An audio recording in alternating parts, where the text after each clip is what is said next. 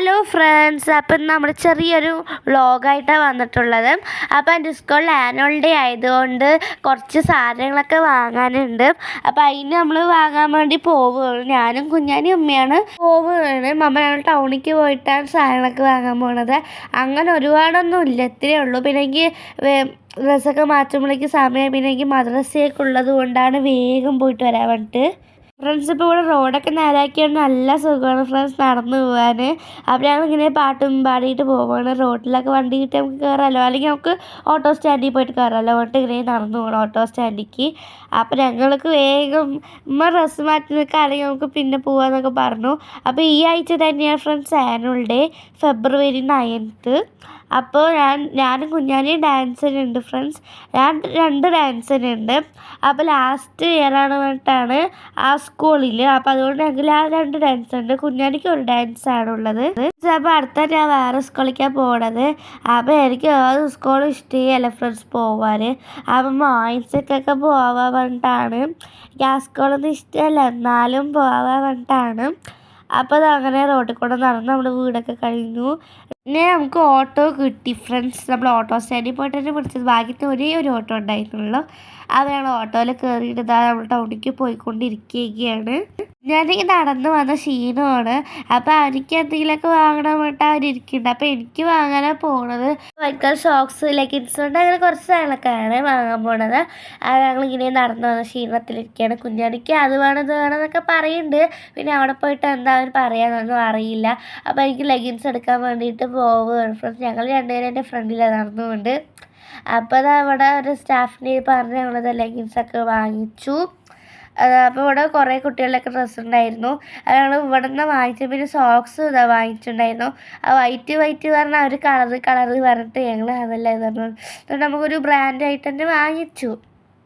ഇപ്പോൾ വല്ല ഊട്ടിയിലൊക്കെ പോകുമ്പോഴോ ഷൂവിൻ്റെ കൂടെയൊക്കെ ഇടാമല്ലോ, അതുകൊണ്ട് വൈറ്റ് കളർ ആയതുകൊണ്ട് നമുക്ക് എല്ലാത്തിൻ്റെ കൂടെ ഇടാമല്ലോ. പിന്നെ ഒരു ടവലുണ്ടായിരുന്നു.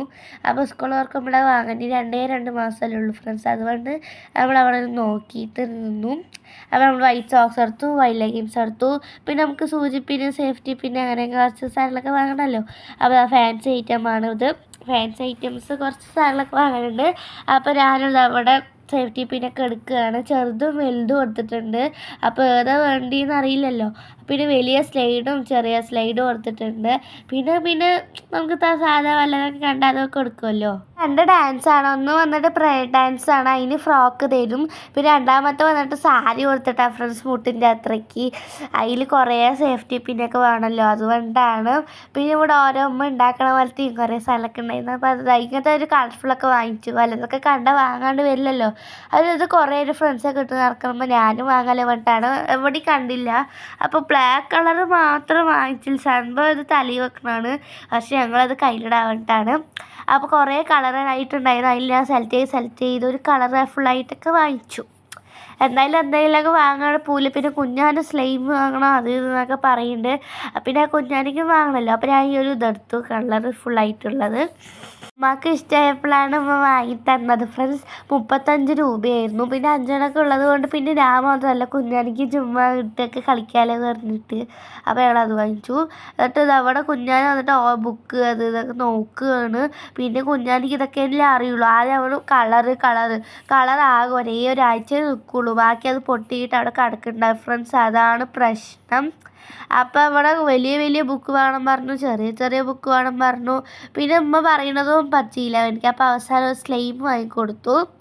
അപ്പോൾ ഞാൻ പിന്നെ ഡ്രോയിങ് ബുക്ക് കണ്ടപ്പോൾ അത് ഉമ്മക്ക് കാണിച്ചു കൊടുത്തു. അപ്പം അത് ബർത്ത്ഡേക്ക് ഡ്രസ്സ് വാങ്ങാൻ വരുമ്പോൾ ഈ ഞായറാഴ്ച വരണം ബർത്ത്ഡേക്ക് ഡ്രസ്സ് എടുക്കാൻ.